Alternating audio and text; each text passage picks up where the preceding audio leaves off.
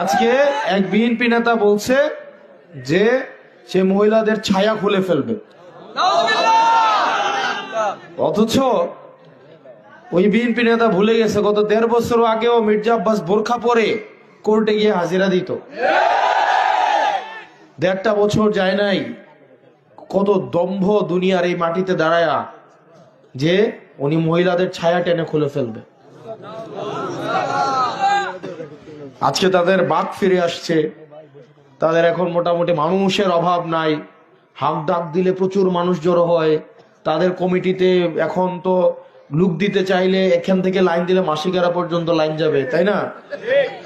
যাবে তো, এখন যাবে না? অবশ্যই যাবে, যদি যাবে। এখন তাদের শান শৌকত জৌলস, তাদের এখন অনেক কিছু। আবু বকর যে নিজের বাকশক্তি হারিয়ে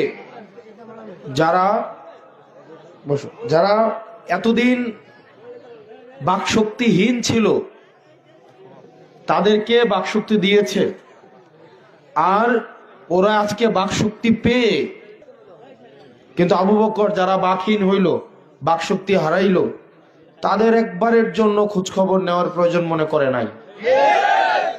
আবু বকর যেই কারণে বাকশক্তি হারাইছে, যেই কারণে, সেই কারণগুলো নিয়ে আমরা কথা বলতে কাউকে শুনি না। আবু বকর যে পরিবর্তনের জন্য রাস্তায় নেমে আসছে, মাইনুদ্দিনরা যেই কারণে কবরে গিয়েছে, যেই ফেসিবাদের লড়াইয়ের জন্য, সেগুলো নিয়ে আমরা কোনো কথা বলতে কাউকে শুনি না।